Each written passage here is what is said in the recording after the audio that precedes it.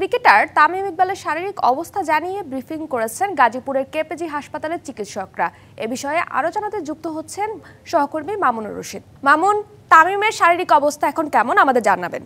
তামিম এখন আল্লাহর মতো আগের থেকে অনেক ভালো আছেন। চিকিৎসকরা যেটা বলছেন যে আসলে এখনো পর্যন্ত তাকে আরো 48 ঘন্টা পর্যবেক্ষণে রাখতে হবে। আমরা যেটা গতকালকে থেকে শুনছিলাম যে আজকে হয়তো বা কিছুটা অবস্থার উন্নতি হলে তামিম ইকবালকে ঢাকায় আরো ভালো কোনো হসপিটালে নেওয়া হবে।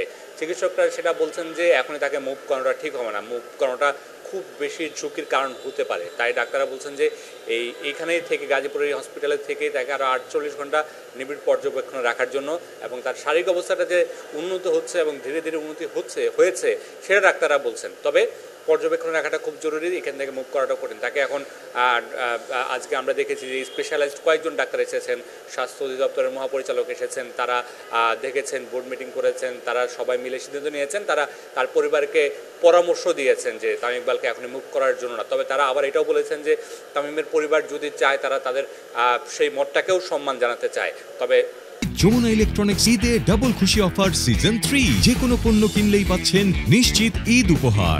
মেডিকেলের যে ভাষা, সেই ভাষায় তারা তামিমের পরিবারকে ব্রিফ করেছে তামিমকে এখনই মুভ করানোর ব্যাপারে, না করানোর ব্যাপারে। আরেকটা বিষয়, তামিমের কবে নাগাদ তামিম আবার ক্রিকেটে ফিরতে পারবেন এটা নিয়ে একটা প্রশ্ন জেগেছে।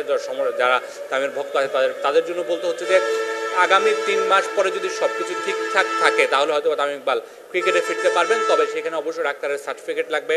ডাক্তার আবারও পরীক্ষা নিরীক্ষা করে ডাক্তার যদি সার্টিফাইড করেন যে হ্যাঁ আপনি সবকিছু ঠিক আছে, আপনি ক্রিকেটে ঠিক খেলতে পারবেন, ফিরতে পারবেন, তাহলে হয়তো বা 3 মাস পরে তামিম ইকবাল ক্রিকেটে ফিরতে পারবেন। একটু ঘটনার শুরুটা আবার একটু দর্শকদেরকে জানাতে চাই যে গতকাল তামিম ইকবাল হার্ট অ্যাটাক করেছিলেন, 2টো হার্ট অ্যাটাক হয়েছিল, একটা ম্যাসিভ হার্ট অ্যাটাক ছিল, 100%-এর মতো ব্লক ধরা পড়েছিল। সাথে সাথে তাকে আসলে একটা রিং পরানো হয় হার্টে এবং তাকে পর্যবেক্ষণে রাখা হয়। তার কিছুক্ষণ পরে আসলে তার জ্ঞান ফিরে এবং পরিবার পরিজনের সাথে কথা বলেন। আমরা তখন দেখেছিলাম মুশফিক, মাহুদুল্লাহ থেকে বিসিবির বোর্ড কর্মকর্তা সবাই এসেছিলেন তামিম ইকবালকে দেখে। তবে তামিম ইকবালের জন্য সবচেয়ে যেটা চিন্তার বিষয় ছিল যে তামিম ইকবালের হৃৎপিণ্ড বন্ধ হয়ে গেছিল, তার পালস পাওয়া যাচ্ছিল না একটা সময়, তার মুখ দিয়ে ফেনা বের হচ্ছিল।